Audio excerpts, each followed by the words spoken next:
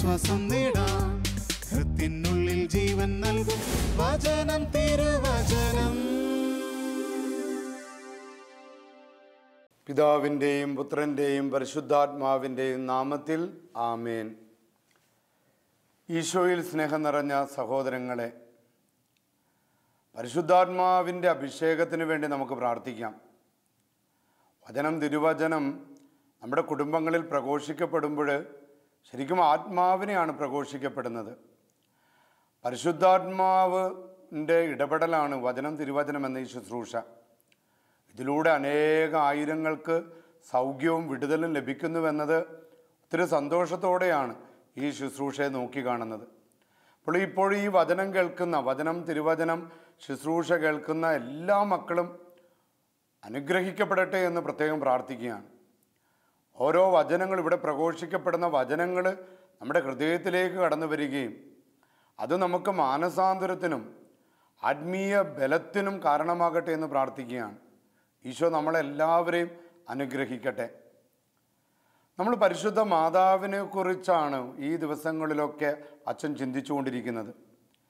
പരിശുദ്ധ മറിയത്തിൻ്റെ ദിവ്യരഹസ്യങ്ങളെക്കുറിച്ച് ധ്യാനിക്കാനൊക്കെ ഇടവരികയുണ്ടായി. പരിശുദ്ധ അമ്മയെക്കുറിച്ചുള്ള വിശ്വാസ സത്യങ്ങൾ സഭ ഉറക്കെ പ്രഖ്യാപിച്ച് നമുക്കറിയാം. പരിശുദ്ധ അമ്മ ദൈവമാതാവാണെന്നും, പരിശുദ്ധ അമ്മ കന്യകയാണെന്നും, പരിശുദ്ധ അമ്മ സ്വർഗരോപിതയാണെന്നും ഒക്കെ പരിശുദ്ധ അമ്മ അമലോത്ഭവയാണെന്നുമൊക്കെ നാം പ്രഖ്യാപിക്കുകയുണ്ടായി, നാം വിശ്വസിക്കുകയും ചെയ്യുന്നു. എന്നാൽ പരിശുദ്ധ മറിയം തന്നെ തന്നെ വെളിപ്പെടുത്തി തരുന്നത് ലൂക്കായുടെ സുവിശേഷം 1-ാം അധ്യായം 38-ാം വാക്യമാണ്. ഇങ്ങനെ അമലോത്ഭവയും ദൈവത്തിൻ്റെ മാതാവും സ്വർഗാരോപിതയും കന്യകയുമായ പരിശുദ്ധ മറിയം തന്നെ തന്നെ സ്വയം വെളിപ്പെടുത്തി തരികയാണ്. ഇതാ കർത്താവിൻ്റെ ദാസി, ഇതാ ദൈവത്തിൻ്റെ ദാസി എന്ന് സ്വയം പരിചയപ്പെടുത്തി തരികയാണ്. ഞാൻ വേറൊന്നുമല്ല, ദൈവത്തിൻ്റെ ദാസിയാണ്. ഈ ദാസി അല്ലെങ്കിൽ ദാസൻ എന്ന വാക്ക് നമുക്കറിയാം. ഹീബ്രുവിൽ ഇത് എബദ് എന്ന വാക്കും ഗ്രീക്കിൽ ദുളോസ് എന്ന വാക്കുമാണ്. എന്താണ് ഇതിൻ്റെ അർത്ഥം? പരിചാരകൻ, ദാസൻ, ദാസി. അപ്പോൾ ഈ ലോകത്തിൻ്റെ കണ്ണുകൾ കൊണ്ട് നോക്കിക്കഴിഞ്ഞാൽ ദാസി അല്ലെങ്കിൽ ദാസൻ എന്ന് പറയുന്ന ഒരുതരം അടിമത്വവുമായിട്ട് ബന്ധമുണ്ട്. അപ്പോൾ പാപത്തെക്കുറിച്ച്, പാപത്തിൻ്റെ ദാസൻ, അപ്പോൾ പാപത്തിൻ്റെ അടിമത്തത്തിൽ നിന്ന് നമ്മുടെ രക്ഷ. അപ്പോൾ അടിമ എന്ന വാക്കുകൂടി ഇതിന് ബന്ധമുണ്ട്. അപ്പോൾ ദാസൻ അടിമയാണ്, ദാസി അടിമയാണ് എന്ന് നമ്മൾ പറയാറുണ്ട്. അതുകൊണ്ടാണ് വചനപ്രഘോഷകരൊക്കെ ഇപ്രകാരം പ്രാർത്ഥിക്കാറുള്ളത്: പാപത്തിൻ്റെ അടിമത്തത്തിൽ നിന്നും, ശാപത്തിൻ്റെ അടിമത്തത്തിൽ നിന്നും, രോഗത്തിൻ്റെ അടിമത്തത്തിൽ നിന്നും ഈ ലോകത്തെ രക്ഷിക്കണമേ എന്ന് നമ്മൾ പ്രാർത്ഥിക്കാറുണ്ട്. പുരോഹിതർ ഇപ്രകാരം പ്രാർത്ഥിക്കാറുണ്ട്: കർത്താവേ, ഞങ്ങളുടെ പൗരോഹിത്യത്തിൻ്റെ അധികാരത്താൽ ഈ ലോകത്തെ പാപത്തിൻ്റെ, ശാപത്തിൻ്റെ, തിന്മയുടെ, കൂടോത്രത്തിൻ്റെ, ആഭിചാരത്തിൻ്റെ അടിമത്തത്തിൽ നിന്നും രക്ഷിക്കണമെന്ന് പ്രാർത്ഥിക്കാറുണ്ട്. എന്നാൽ പരിശുദ്ധ മറിയം ഇതാ കർത്താവിൻ്റെ ദാസി എന്ന് പറയുമ്പോൾ ഇതിൽ നിന്നല്ല, ഞാൻ ഇപ്പോൾ നേരത്തെ പറഞ്ഞതിൽ നിന്നും വ്യത്യസ്തമായിട്ടുള്ള ഒരു ദാസി. ഇത് സ്വയം കർത്താവിന് ദാസിയാകുകയാണ്. സ്വയം ഇതാ ഞാൻ പൂർണ്ണ സ്വാതന്ത്ര്യത്തോടെ ഞാൻ എൻ്റെ ജീവിതത്തെ ദൈവത്തിന് സമർപ്പിക്കുകയാണ്. ഇത് ഈ ഒരു മനോഭാവമാണ് നമുക്കുണ്ടാകേണ്ടത്. അതായത് ലൂക്കായുടെ സുവിശേഷം 10-ാം അധ്യായം 45-ാം വാക്യത്തിൽ ഈശോ ഇങ്ങനെ പറയുന്നുണ്ട്: ശുശ്രൂഷിക്കപ്പെടാനല്ല, ഞാൻ ശുശ്രൂഷിക്കാനാണ് ഞാൻ വന്നിരിക്കുന്നത്. ഈ ഒരു മനോഭാവം, സ്വയം ഇതാ ദൈവത്തിൻ്റെ നാമത്താൽ സുവിശേഷത്തെ പ്രതി സ്വയം ദാസനാകുന്ന, ദാസിയാകുന്ന ഒരു മനോഭാവം. അപ്പോൾ ക്രൈസ്തവർക്കുണ്ടായിരിക്കേണ്ട ഒരു മനോഭാവമാണ് ഞാൻ ദൈവത്തിൻ്റെ ദാസനാണ്. അതായത് അഹങ്കാരമല്ല നമുക്ക് വേണ്ടത്, സ്വാർത്ഥതയല്ല നമുക്ക് വേണ്ടത്, ദുർഗുണങ്ങളല്ല നമുക്ക് വേണ്ടത്. എളിമയുടെ, താഴ്മയുടെ, തുറവിയുടെ സുവിശേഷമാണ് നമ്മളിലൂടെ പ്രഘോഷിക്കപ്പെടേണ്ടത്. അപ്പോൾ ശുശ്രൂഷിക്കപ്പെടാനല്ല, നേരെ മറിച്ച് ഞാൻ എൻ്റെ കുടുംബത്തിലെ ശുശ്രൂഷകനായി മാറണം. ഞാൻ എൻ്റെ മാതാപിതാക്കളെ ശുശ്രൂഷിക്കുന്നവനാകണം. ഞാൻ എൻ്റെ സഹോദരങ്ങളുടെ, മറ്റുള്ളവരുടെ ശുശ്രൂഷകനായി മാറുമ്പോഴാണ് ദൈവം നമ്മളിലൂടെ വെളിപാടുകൾ നടത്തുന്നത്. സഭയുടെ തലവനായ പത്രോസ് നമ്മെ ഇങ്ങനെ പഠിപ്പിക്കുന്നുണ്ട്. 1 പത്രോസ് 2:16-17. സ്വാതന്ത്ര്യം തിന്മയുടെ ആവരണമാകരുത്. ഇന്ന് നമുക്കറിയാം നമ്മുടെ ഇതെൻ്റെ ഇഷ്ടമാണ്, ഞാൻ ഇങ്ങനെ പ്രവർത്തിക്കുകയുള്ളൂ, എനിക്ക് സ്വാതന്ത്ര്യം ഇതാണ്. പത്രോസ്, സഭയുടെ തലവനായ പത്രോസ് പറയാണ്, സ്വാതന്ത്ര്യം നാം ദുരുപയോഗിക്കാനുള്ളതല്ല, സ്വാതന്ത്ര്യം തിന്മയുടെ ആവരണമാകരുത്. ഇന്ന് പല യുവാക്കന്മാരും എൻ്റെ സ്വാതന്ത്ര്യമാണെന്ന് പറഞ്ഞുകൊണ്ട് മാതാപിതാക്കൾക്കോ മുതിർന്നവർക്കോ കീഴ്പ്പെടാതെ വളരെയധികം അസ്വസ്ഥതകൾ കുടുംബങ്ങളിൽ സൃഷ്ടിക്കുന്നതായിട്ട് കാണുന്നുണ്ട്. ഒരു കാലത്ത് മാതാപിതാക്കന്മാരോടും അധ്യാപകരോടും വൈദികരോടും മുതിർന്നവരോടുമെല്ലാം വളരെയധികം ആദരവും എളിമയുമൊക്കെ കാണിച്ചിരുന്നവർ. ഒരു യുവാവിൻ്റെ, ഒരു യുവതിയുടെ ഭംഗി എന്ന് പറയുന്നത് അവരിടുന്ന വസ്ത്രത്തിൻ്റെയോ അവരുടെ മുഖത്തിൻ്റെ സൗന്ദര്യവുമല്ല, നേരെ മറിച്ച് അവരുടെ പെരുമാറ്റമാണ്. എളിമയുള്ള ആദരവുള്ള പെരുമാറ്റം ഒരു പെൺകുട്ടിയെ യഥാർത്ഥത്തിൽ സുന്ദരിയാക്കി മാറ്റും. ഒരു യുവാവിനെ യഥാർത്ഥത്തിൽ സുന്ദരനാക്കി മാറ്റുന്നത് അവൻ്റെ സ്റ്റൈലല്ല, അവളുടെ സ്റ്റൈലല്ല, നേരെ മറിച്ച് അവളുടെയും അവൻ്റെ പെരുമാറ്റമാണ്. എങ്ങനെയുള്ള പെരുമാറ്റമാണ്? എളിമയുടെ പെരുമാറ്റം. അപ്പോൾ എളിമയും വിശുദ്ധിയും ഉള്ളവരാണ് മറ്റുള്ളവരോട് ബഹുമാനത്തോടും ആദരവോടും കൂടി പെരുമാറുന്നത്. അപ്പോൾ പത്രോസ് പറയാണ്, സ്വാതന്ത്ര്യം, നിനക്ക് ലഭിച്ചിരിക്കുന്ന സ്വാതന്ത്ര്യം നീ ദുരുപയോഗം ചെയ്യാൻ പാടില്ല, അത് തിന്മയുടെ ആവരണമാകുന്നു. മറിച്ച് ദൈവത്തിൻ്റെ ദാസന്മാരെ പോലെ ജീവിക്കുവിൻ. നാം ദൈവത്തിൻ്റെ ദാസന്മാരെ പോലെ ജീവിക്കണം. ഒരു മിനിറ്റ് മതി നമ്മുടെ ജീവിതം ഇല്ലാതാകാനായിട്ട്. ഒരല്പം ചൂട് തിളച്ച എണ്ണ നമ്മുടെ മുഖത്ത് വീണാൽ മതി നമ്മുടെ ഭംഗി ഇല്ലാതാകാനായിട്ട്. ഒരു ചെറിയ അപകടം ഉണ്ടായാൽ മതി നമ്മുടെ മുഖത്തിൻ്റെ ഭാവമെല്ലാം മാറാനായിട്ട്. ഈ കഴിഞ്ഞ ദിവസം അപകടത്തിൽപ്പെട്ട ഒരു യുവാവിനെ ഞാൻ കണ്ടു. അതിനു മുൻപ് ഞാൻ അവനെ കണ്ടിട്ടുണ്ട്. വളരെ സുന്ദരനായിരുന്ന ഒരു യുവാവ്, ഇപ്പം തലയ്ക്കും മുഖത്തുമൊക്കെ മുറിവേറ്റ് വികൃതനായിരിക്കുന്ന ഒരു യുവാവ്. ഞാൻ പറഞ്ഞു വരുന്നത്, യഥാർത്ഥത്തിൽ നമ്മുടെ സൗന്ദര്യം ഉണ്ടാകുന്നത് ദൈവത്തിൻ്റെ മുൻപിൽ കീഴ്പ്പെടുമ്പോഴാണ്. അതാണ് പരിശുദ്ധ മറിയം ദൈവത്തിൻ്റെ മുൻപിൽ പറഞ്ഞത്, ഇതാ കർത്താവിൻ്റെ ദാസി. അപ്പം അവളെ ദൈവം എടുത്ത് ഉയർത്തുകയാണ്. അപ്പോൾ ഉയർച്ച ഉണ്ടാകുന്നത് നാം എളിമപ്പെടുമ്പോഴാണ്, ദാസന്മാരായി മാറുമ്പോഴാണ്. പത്രോസ് പഠിപ്പിക്കുകയാണ്, പ്രിയപ്പെട്ട മക്കളെ, നിങ്ങൾ അഹങ്കാരത്തോടുകൂടി ജീവിക്കാൻ പാടില്ല, സ്വാർത്ഥതയോടുകൂടി ജീവിക്കാൻ പാടില്ല. നേരെ മറിച്ച് ദൈവത്തിൻ്റെ ദാസിമാരായി ജീവിക്കുവിൻ. എല്ലാ മനുഷ്യരെയും ബഹുമാനിക്കുവിൻ. അപ്പം ഈ എളിമയുള്ളവരാണ് മറ്റുള്ളവരെ ബഹുമാനിക്കുന്നത്, അധ്യാപകരെ ബഹുമാനിക്കുന്നത്, മാതാപിതാക്കളെ ബഹുമാനിക്കുന്നത് എളിമയുള്ളവരാണ്. അപ്പം അതുകൊണ്ടാണ് പത്രോസ് പഠിപ്പിക്കുന്നത്, നിങ്ങൾ എളിമയുള്ളവരാകുവിൻ, മറ്റുള്ള എല്ലാ മനുഷ്യരെയും ബഹുമാനിക്കുവിൻ, നമ്മുടെ സഹോദരരെ സ്നേഹിക്കുവിൻ. അപ്പോൾ ഉള്ളിൽ ദൈവസ്നേഹമുള്ളവനാണ് നല്ല എളിമയുണ്ടാവും. അവൻ നല്ല ആഴത്തിലുള്ള, നല്ല ഡെപ്തുള്ള ഒരു സ്വഭാവമുള്ള മനുഷ്യനായിട്ട് മാറും. അപ്പോൾ അവന് സഹോദരങ്ങളെ, മറ്റുള്ളവരെ സ്നേഹിക്കാനുള്ള കഴിവ് കിട്ടുകയാണ്, മറ്റുള്ളവരെ ഒക്കെ നന്മ ചെയ്യാനുള്ള കഴിവ് കിട്ടുകയാണ്. അപ്പോൾ പത്രോസ് പറയുകയാണ്, നിൻ്റെ ഉള്ളുകൊണ്ട് മറ്റുള്ളവരെ സ്നേഹിക്കുവിൻ. അപ്പോൾ ഉള്ളുകൊണ്ട് മറ്റുള്ളവരെ സ്നേഹിക്കാനുള്ള കഴിവ് നിനക്ക് ലഭിക്കുന്നത് ഒന്ന്, ദൈവത്തിൻ്റെ മുൻപിൽ ദാസനായിട്ട് മാറുക, ഒരു ശുശ്രൂഷകനായിട്ട് മാറുമ്പോഴാണ്. നേരെ മറിച്ച് എൻ്റെ സുഖം, എൻ്റെ കാര്യങ്ങൾ നടക്കണം, ഈ ചിന്തയല്ല. ഇത് നമ്മളെ അഹങ്കാരികളാക്കും, ഇത് നമ്മളെ സ്വാർത്ഥമതികളാക്കും. ഈ സ്വാർത്ഥത നമ്മെ പാപത്തിലേക്ക് നയിക്കുകയും നമുക്ക് ലഭിക്കുന്ന കൃപകൾ നഷ്ടപ്പെടാനായിട്ട് ഇടവരികയും ചെയ്യും. അതുകൊണ്ട് പത്രോസ് പറയുകയാണ്, പ്രിയപ്പെട്ടവരെ, ദൈവത്തെ ഭയപ്പെടുവിൻ. ദൈവത്തെ പേടിക്കാനല്ല, ദൈവത്തെ പേടിച്ചൊളിക്കാനല്ല. ദൈവസ്നേഹം എന്ന് പറയുന്നത് ദൈവത്തോടുള്ള ഭയമാണ്, ബഹുമാനമാണ്, ആദരവാണ്. ഇങ്ങനെ ദൈവഭയമുള്ളവന് മാത്രമാണ് മാതാപിതാക്കളെ സ്നേഹിക്കാൻ പറ്റുക. അപ്പം മാതാപിതാക്കൾ ദേഷിക്കുന്നുണ്ടെങ്കിൽ, മുതിർന്നവരെ ദേഷിക്കുന്നുണ്ടെങ്കിൽ അതിനർത്ഥം ആ വ്യക്തിക്ക് ദൈവത്തിനോട് ഭയമില്ല എന്നുള്ള. അപ്പം ദൈവത്തെ ഭയപ്പെടുന്നവൻ മറ്റുള്ളവരെ സ്നേഹിക്കുകയും ദൈവത്തെ ഭയപ്പെടുന്നവൻ മാതാപിതാക്കളെ ബഹുമാനിക്കുകയും ചെയ്യും. മറിയം കർത്താവിൻ്റെ ദാസി എന്ന് പറഞ്ഞപ്പോൾ രക്ഷകനായ ദൈവം തൻ്റെ ശക്തി ഉപയോഗിച്ചത് ഈ ദാസിയെ ശ്രദ്ധിക്കാനാണ്. ഈ ദാസിയെ ഇതാ കർത്താവിൻ്റെ ദാസി എന്ന് പറഞ്ഞപ്പോൾ പരിശുദ്ധാത്മാവിൻ്റെ ശക്തി അവളിലേക്ക് ഇറങ്ങി വരികയാണ്. പരിശുദ്ധാത്മാവ് അവളിലേക്ക് ആവഹിക്കുകയും ദൈവമാതാവായിട്ട് അവൾ ഉയർത്തപ്പെടുകയാണ്, സഹരക്ഷകയായിട്ട് അവൾ ഉയർത്തപ്പെടുകയാണ് ചെയ്യുന്നത്. അപ്പം താഴ്ന്നവരെ ഉയർത്തുന്ന, അതായത് സ്വയം താഴ്ന്നു കൊടുക്കുന്നവരെ ഉയർത്തുന്ന ദൈവത്തെയാണ് നാം കാണുന്നത്. അപ്പം നാം ദൈവത്തിൻ്റെ മുൻപിൽ, മറ്റുള്ളവരുടെ മുൻപിൽ എളിമപ്പെടുമ്പോൾ മാതാവിൻ്റെ ജീവിതത്തിൽ ദൈവത്തിൻ്റെ ശക്തി വെളിപ്പെട്ടതുപോലെ എൻ്റെ പ്രിയപ്പെട്ട സഹോദരങ്ങളെ, നമ്മുടെ ജീവിതത്തിലൂടെയും ദൈവത്തിൻ്റെ ശക്തി വെളിപ്പെടുക തന്നെ ചെയ്യും. കർത്താവിൻ്റെ അമ്മയാകാൻ തിരഞ്ഞെടുക്കപ്പെട്ടതിന് ദൈവത്തിന് സ്തുതി പാടുന്ന ദാസിയാണ് താനെന്ന് മറിയം നമുക്ക് കാണിച്ചു തരിക.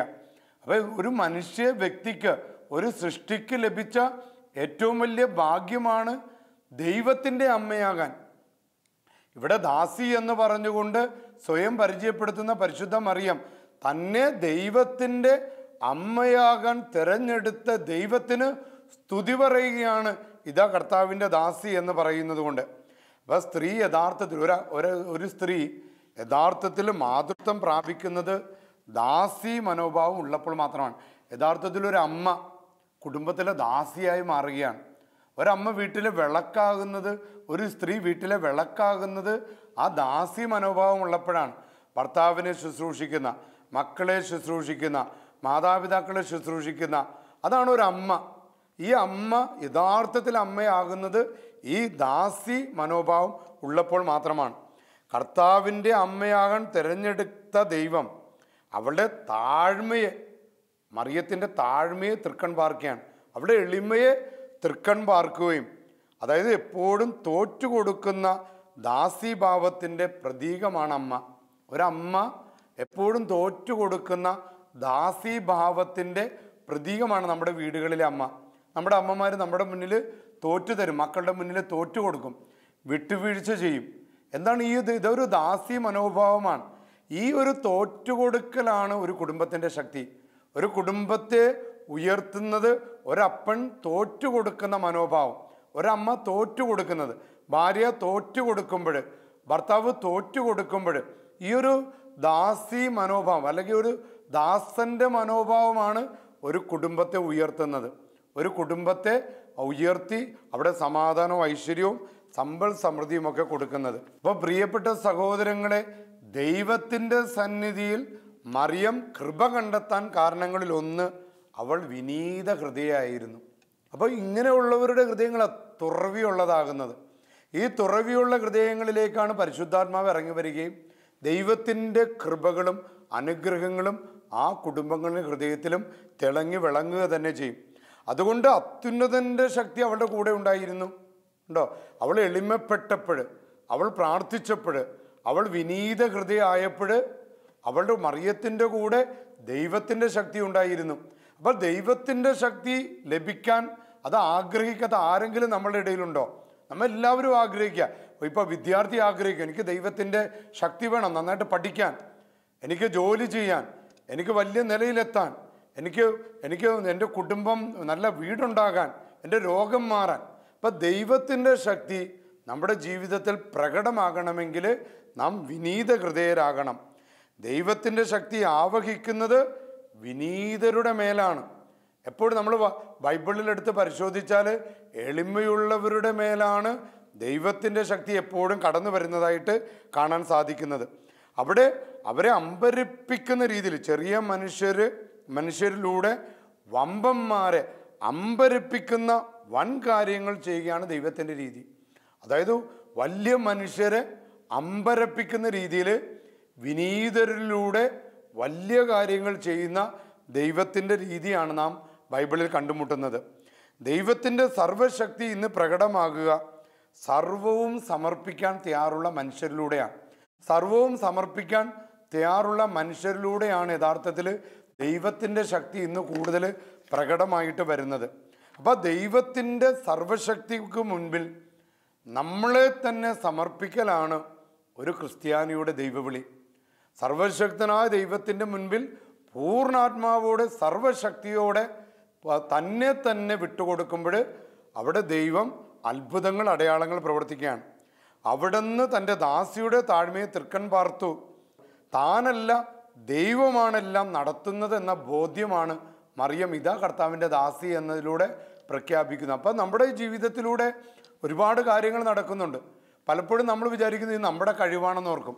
ഇതെൻ്റെ കഴിവാണ്, എൻ്റെ കഴിവ് കൊണ്ടാണ് എൻ്റെ ശുശ്രൂഷകൾ ഇങ്ങനെ വലുതാകുന്നത്, എൻ്റെ പള്ളിയിൽ ഇത്ര അധികം ആൾക്കാർ വരുന്നത് എൻ്റെ കഴിവ് കൊണ്ടാണെന്ന് പലപ്പോഴും നാം തെറ്റിദ്ധരിക്കാറുണ്ട്. പക്ഷേ എൻ്റെ കഴിവല്ല, നേരെ മറിച്ച് ദൈവമാണെല്ലാം നടത്തുന്നതെന്നുള്ള ആ ഒരു ദൈവശാസ്ത്രമാണ് പരിശുദ്ധ മറിയം തൻ്റെ ഇതാ കർത്താവിൻ്റെ ദാസി എന്ന ആ പ്രഖ്യാപനത്തിലൂടെ പറയുന്നത്. പ്രഭാഷകന്റെ പുസ്തകം നമ്മൾ എന്താ പഠിപ്പിക്കുന്നത്? 3-ാം അധ്യായം 17 മുതൽ 20 വരെ ഇങ്ങനെ പഠിപ്പിക്കുന്നുണ്ട്: മകനെ, മകളെ, സൗമ്യതയോടുകൂടി കർത്തവ്യങ്ങൾ അനുഷ്ഠിക്കുക. നമ്മുടെ ജീവിതത്തിൽ ദൈവം നമ്മളെ ഭരമേൽപ്പിച്ചിരിക്കുന്ന കർത്തവ്യങ്ങളുണ്ട്. ഇപ്പം എന്നെ സംബന്ധിച്ചിടത്തോളം ഞാനൊരു പുരോഹിതനാണ്. അപ്പം എൻ്റെ പൗരോഹിത്യ ശുശ്രൂഷ ഞാൻ അനുഷ്ഠിക്കേണ്ടത് സൗമ്യതയോടുകൂടിയാണ്. ദൈവത്തിന് അഭിമതരായവർ നിന്നെ സ്നേഹിക്കും, അതായത് കൃപയുള്ളവർ നിന്നെ സ്നേഹിക്കും.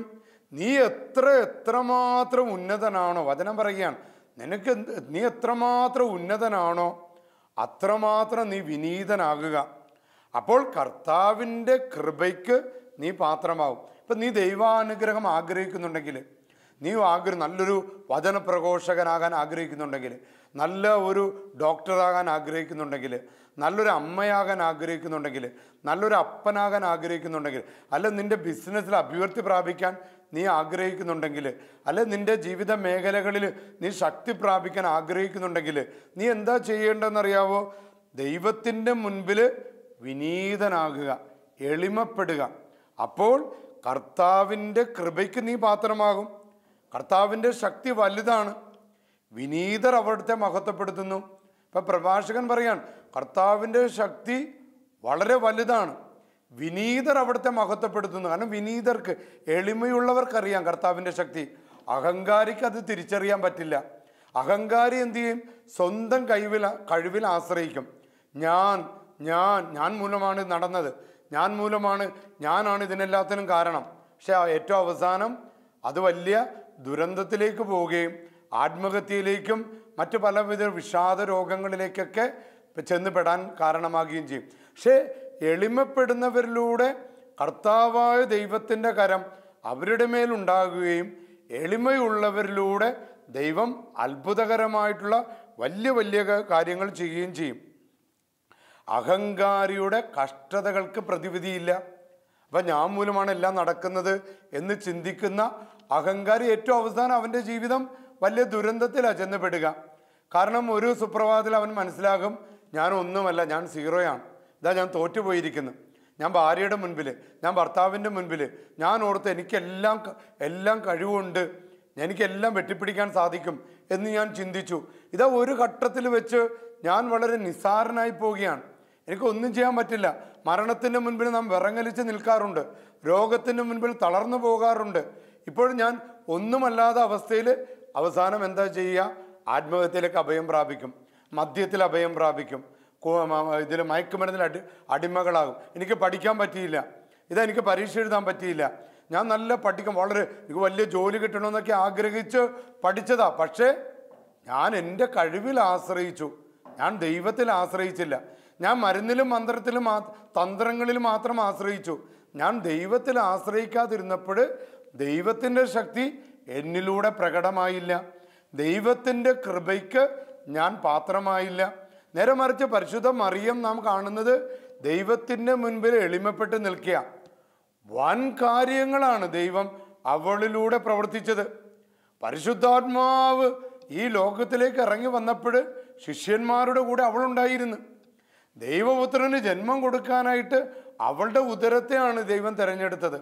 ആദ്യമായിട്ടുള്ള പരിശുദ്ധ കുർബാനയുടെ പ്രദക്ഷിണം നടത്തിയത് അവളുടെ ഉദരത്തിൽ ഉരുവാക്കപ്പെട്ട ദൈവപുത്രനുമായിട്ട് മലമ്പ്രദേശത്തിലൂടെ എലിസബത്തിൻ്റെ ഭവനത്തിലേക്ക് പോയ ആ യാത്രയാണ് കത്തോലിക്കാ സഭയുടെ ചരിത്രത്തിലെ ആദ്യത്തെ പരിശുദ്ധ കുർബാനയുടെ യാത്ര തന്നെ, പരിശുദ്ധ കുർബാനയുടെ പ്രദക്ഷിണം തന്നെ. നോക്കിക്കേ, പരിശുദ്ധ മറിയത്തിലൂടെ അവളുടെ എളിമയെ, അവളുടെ താഴ്മയെ തൃക്കൺ പാർത്ത ദൈവം അവളിലൂടെ വൻ കാര്യങ്ങൾ, ലൂർദിലുള്ള പരിശുദ്ധ മറിയത്തിൻ്റെ ആ ദർശനത്തിലൂടെ അനേകം അത്ഭുതങ്ങൾ ലോകം മുഴുവനും മാനസാന്തരത്തിന് കാരണമായി. 1917 മെയ് 13 ഫാത്തിമയിൽ പ്രത്യക്ഷപ്പെട്ടതിലൂടെ ലോകം മുഴുവൻ ഇങ്ങനെ നിരാശയുടെ ആ നിരാശയുടെ പടുകുഴിയിലേക്ക്, പ്രത്യേകിച്ച് ഒന്നാം ലോക മഹായുദ്ധത്തിൻ്റെയും രണ്ടാം ലോക മഹായുദ്ധത്തിൻ്റെയും ദുരന്തങ്ങൾ ഏറ്റുവാങ്ങിയപ്പോൾ ഫാത്തിമയിൽ പരിശുദ്ധ അമ്മ പ്രത്യക്ഷപ്പെട്ടുകൊണ്ട് ലോകത്തിന് ആശ്വാസവും അനുഗ്രഹവുമായി തീർന്നിരിക്കുക. അപ്പം മറിയത്തിൻ്റെ താഴ്മയെ തൃക്കം പാർത്ത ദൈവം മറിയത്തെ എടുത്ത് ഉയർത്തുക. പ്രിയപ്പെട്ടവരെ, ഈ ഒരു ദൈവശാസ്ത്രം കത്തോലിക്കാ സഭയുടെ ദൈവശാസ്ത്രമാണ്. ഒരു ക്രിസ്ത്യാനിയുടെ മനോഭാവമാണ്. എളിമയുടെ, വിനയത്തിൻ്റെ, തോറ്റുകൊടുക്കുന്നതിൻ്റെ, താഴ്മയുടെ ദൈവശാസ്ത്രം എന്ന് പറയുന്നത് കത്തോലിക്കാ സഭയുടെ ദൈവശാസ്ത്രമാണ്. വചനം ആവശ്യപ്പെടുന്നു എളിമയുടെ ദൈവശാസ്ത്രം. ഇതാ കർത്താവിൻ്റെ ദാസി എന്ന വചനത്തിലൂടെ ദൈവപുത്രൻ്റെ അമ്മയാകാൻ തിരഞ്ഞെടുക്കപ്പെട്ടിട്ടും പരിശുദ്ധ മറിയം എളിമയുടെ പ്രതീകമായിട്ട് നമ്മുടെ മുൻപിൽ നിൽക്കുകയാണ്. എന്തെന്നാൽ അഹങ്കാരിയിൽ ദുഷ്ടത വേരുറയ്ക്കും, എന്നാൽ എളിമയുള്ളവരിൽ ദൈവസ്നേഹവും ദൈവത്തിൻ്റെ കരുണയും ദൈവത്തിൻ്റെ ആ മനോഭാവവുമാണ് അവർക്ക് ലഭിക്കുന്നത്. ഉൽപ്പത്തി പുസ്തകം വളരെ പ്രശസ്തമായ അബ്രഹാമിൻ്റെ വിശ്വാസികളുടെ പിതാവെന്ന് അറിയപ്പെടുന്ന ആ അബ്രഹാമിൻ്റെ എളിമയെക്കുറിച്ച് പറയുന്ന ഒരു ഭാഗമുണ്ട്. ഉൽപ്പത്തി 18:27. ഇവന് അബ്രഹാമിനെ തിരഞ്ഞെടുത്തിരിക്കുകയാണ്. ഇതാ വിശ്വാസികളുടെ പിതാവായിട്ട് അബ്രഹാത്തിനെ തിരഞ്ഞെടുത്തിരിക്കുന്നു. അഹങ്കാരത്തിന് വകയുള്ളൊരു കാര്യമാണ്. ഇതാ ലോകത്തിൻ്റെ മുഴുവൻ വരാനിരിക്കുന്ന വിശ്വാസികളുടെ മുഴുവൻ പിതാവായി തിരഞ്ഞെടുക്കപ്പെട്ടിരിക്കുന്ന അബ്രഹാം ഇങ്ങനെ പറയുകയാണ്. അബ്രഹാം വീണ്ടും പറഞ്ഞു, പൊടിയും ചാരവുമായ ഞാൻ കർത്താവിനോട് സംസാരിച്ചിരിക്കുന്നു. പ്രിയപ്പെട്ടവരെ, പരിശുദ്ധ കുർബാനയുടെ മുൻപിൽ നിൽക്കാൻ ഭാഗ്യം ലഭിച്ചിട്ടുള്ളവരാണ് നാം. ഇതാ അബ്രഹാം പറയാണ്, ഇതാ പൊടിയും ചാരവുമായി ഞാൻ, എനിക്ക് എങ്ങനെയാണ് ദൈവത്തിനോട് സംസാരിക്കാൻ പറ്റുക? ഞാൻ ഒന്നുമല്ല, വെറും പൊടിയാണ്, ചാരമാണ്. നമ്മളുടെ ജീവിതം ഒന്ന് ആലോചിച്ചേ. യേശു ക്രിസ്തു അപ്പത്തിൻ്റെ രൂപത്തിൽ എഴുന്നള്ളി വരുമ്പോൾ ആ അപ്പത്തിൻ്റെ രൂപത്തിൽ കർത്താവിനെ ദർശിക്കാൻ ഭാഗ്യം ലഭിച്ചിട്ടുള്ള നാം, എന്നിട്ടും നാം അഹങ്കാരികളായി ജീവിക്കുകയാണെങ്കിൽ അത് ക്രൈസ്തവ മനോഭാവത്തിന് എതിരായിട്ടുള്ള ജീവിതമാണ്. മോശയുടെ ജീവിതത്തിൽ നോക്കൂ, പഴയ നിയമത്തിലെ 2 മഹാരഥന്മാരാണല്ലോ അബ്രഹാമും മോശയും. മോശയുടെ ജീവിതത്തിൽ അമ്പരപ്പിക്കുന്ന രീതിയിലുള്ള എളിമയുടെ ദൈവശാസ്ത്രം നമുക്ക് കാണാൻ സാധിക്കും. പുറപ്പാടിൻ്റെ പുസ്തകം 4-ാം അധ്യായം 10-ാമത്തെ വാക്യം, കർത്താവേ, ഞാനൊരിക്കലും വാക്ചാതുര്യമുള്ളവനല്ല. അങ്ങ് ദാസനോട് സംസാരിച്ചതിന് ശേഷവും അങ്ങനെ ഞാൻ വിക്കനാണ്. ദൈവം മോശയെ തിരഞ്ഞെടുക്കുക. എനിക്ക് സംസാരിക്കാനുള്ള കഴിവില്ല, ഞാൻ വിക്കനാണ്. ദൈവമേ, നീ എന്നോട് സംസാരിച്ചിട്ടും എനിക്ക് സംസാരിക്കാൻ കഴിവില്ല, എന്നിട്ടും നീ എന്നെ തിരഞ്ഞെടുത്തുവല്ലോ. നോക്കിക്കേ, ദൈവശാസ്ത്രം കർത്താവ് എളിയവരെ, കുറവുള്ളവരെ, ബലഹീനരെ, പോരായ്മകളുള്ളവരെ കർത്താവ് തിരഞ്ഞെടുക്കുക. ഓരോ വൈദികനും ഓരോ ദിവസവും ഇങ്ങനെ പ്രാർത്ഥിക്കും, കർത്താവ്, എനിക്ക് എന്ത് മേന്മയുണ്ടായിട്ടാണ് അവിടെ നിന്ന് എന്നെ തിരഞ്ഞെടുത്തത്? എനിക്ക് എന്ത് മേന്മയാണുള്ളത്? എന്ത് കഴിവാണ് എനിക്കുള്ളത്? എന്നിട്ടും എൻ്റെ കർത്താവെ, എൻ്റെ കുറവുകളും ബലഹീനതകളും ഒക്കെ കണ്ടിട്ടും നീ എന്നെ തിരഞ്ഞെടുത്തുവല്ലോ. ഇതാ കർത്താവിൻ്റെ ദാസി, ഇതാ കർത്താവിൻ്റെ ദാസൻ എന്ന് പറഞ്ഞ് ദൈവത്തിൻ്റെ മുൻപിൽ കരങ്ങൾ കുപ്പിപ്പിടിച്ച് നിൽക്കാൻ വിളിക്കപ്പെട്ടവരാണ് നാം, പ്രിയപ്പെട്ടവരെ. അപ്പോൾ ദൈവം നമ്മളെ എടുത്ത് ഉയർത്തുക തന്നെ ചെയ്യും. നമ്മുടെ രക്ഷകനായ യേശുക്രിസ്തു പോലും ഫിലിപ്പിയക്കാർക്ക് എഴുതിയ ലേഖനം 2-ാം അധ്യായം 6 മുതൽ 7 വരെയുള്ള വാക്യത്തിൽ ഇങ്ങനെ പറയുന്നില്ലേ, ആകൃതിയിൽ മനുഷ്യനെ പോലെ കാണപ്പെട്ടു, മരണം വരെ, അത് കുരിശുമരണം വരെ അനുസരണയുള്ളവനായി തന്നെ താഴ്ത്തി, കുരിശുമരണത്തോളം തന്നെ താഴ്ത്തിയ ആ ദൈവപുത്രൻ്റെ ശിഷ്യന്മാരാണ് നാം. നമുക്ക് അഹങ്കാരത്തിനോ ഞാൻ വലിയ ആളാണെന്നുള്ള ഭാവത്തിനോ യാതൊരു കാരണവുമില്ല. പ്രിയപ്പെട്ടവരെ, നമ്മുടെ ജീവിതം എന്ന് പറയുന്നത് ദൈവത്തിൻ്റെ അനുഗ്രഹമാണ്, പരിശുദ്ധാത്മാവിൻ്റെ അഭിഷേകമാണ്, നമ്മുടെ വിശ്വാസം ദൈവം തന്ന ദാനമാണ്. അപ്പോൾ ദൈവത്തിൻ്റെ മുൻപിൽ എളിമയോടുകൂടി നിൽക്കുമ്പോഴാണ് നമ്മുടെ ജീവിതത്തിൽ നിന്നും തിന്മകളൊക്കെ വിട്ടുപോകുന്നത്. നമ്മുടെ വിശുദ്ധ പൗലോസ്ലീഹ അനന്യാസിൻ്റെ മുൻപിൽ ഇങ്ങനെ കരങ്ങൾ കുപ്പിപ്പിടിച്ച് നിൽക്കുമ്പോൾ അനന്യാസ് പൗലോസിൻ്റെ തലയിൽ ഇങ്ങനെ കൈവച്ച് പ്രാർത്ഥിക്കുമ്പോൾ എന്തോ ഒന്ന് ചെതമ്പല് പോലെ വിട്ടുപോയെന്നാണ് പറയണത്. അപ്പം നാം എളിമപ്പെട്ട് ദൈവത്തിൻ്റെ മുൻപിൽ താഴ്മയോട് നിൽക്കുമ്പോൾ നമ്മുടെ പോരായ്മകൾ, അഹങ്കാരങ്ങൾ, ദുഷ്ചിന്തകൾ, ആസക്തികൾ എല്ലാം എന്തോ ചിതമ്പല് പോലെ നമ്മളിൽ നിന്ന് വിട്ടുപോകും. അപ്പം നമുക്ക് അല്പനേരം പ്രാർത്ഥിക്കാം. കർത്താവ് ഈശോയെ, പരിശുദ്ധ അമ്മയെ തിരഞ്ഞെടുത്ത ദൈവമേ, ഞങ്ങൾക്ക് യോഗ്യതകളില്ലാഞ്ഞിട്ടും ഞങ്ങളെ അവിടെ നിന്ന് തിരഞ്ഞെടുത്തുവല്ലോ. കർത്താവ്, ഇന്ന് ഈ വചനം, തിരുവചനം എന്ന ശുശ്രൂഷയിൽ പങ്കുചേർന്നിരിക്കുന്ന ഓരോ മകനും മകളും അനുഗ്രഹിക്കപ്പെടട്ടെ. കർത്താവെ, നിന്റെ നാമത്താൽ ഞങ്ങൾക്ക് കർത്താവ് യേശു ക്രിസ്തുവിൻ്റെ മനോഭാവം തരണമേ. അതിലൂടെ അത്ഭുതകരമായ വിടുതൽ ഞങ്ങൾക്ക് ലഭിക്കട്ടെ. ഞങ്ങളുടെ അഹങ്കാരങ്ങളെ അവിടുന്ന് എടുത്തു മാറ്റണമേ. ഞങ്ങളിലെ സ്വാർത്ഥത അവിടുന്ന് എടുത്തു മാറ്റണമേ. കർത്താവ് ഈശോയെ, ഈ വചനം കേൾക്കുന്ന സകല മനുഷ്യരും അനുഗ്രഹിക്കപ്പെടട്ടെ. രോഗങ്ങൾ വിട്ടുപോകട്ടെ. തിന്മകൾ ബഹിഷ്കരിക്കപ്പെടട്ടെ. പാപത്തിൻ്റെ, ശാപത്തിൻ്റെ ബന്ധനങ്ങൾ കർത്താവായ യേശുവിൻ്റെ നാമത്താൽ, എൻ്റെ പൗരോഹിത്യത്തിൻ്റെ അധികാരത്താൽ ഈ ദൈവജനത്തിൽ നിന്നും വിട്ടുപോകട്ടെ. പിതാവിൻ്റെയും പുത്രൻ്റെയും പരിശുദ്ധാത്മാവിൻ്റെയും നാമത്തിൽ ആമേൻ.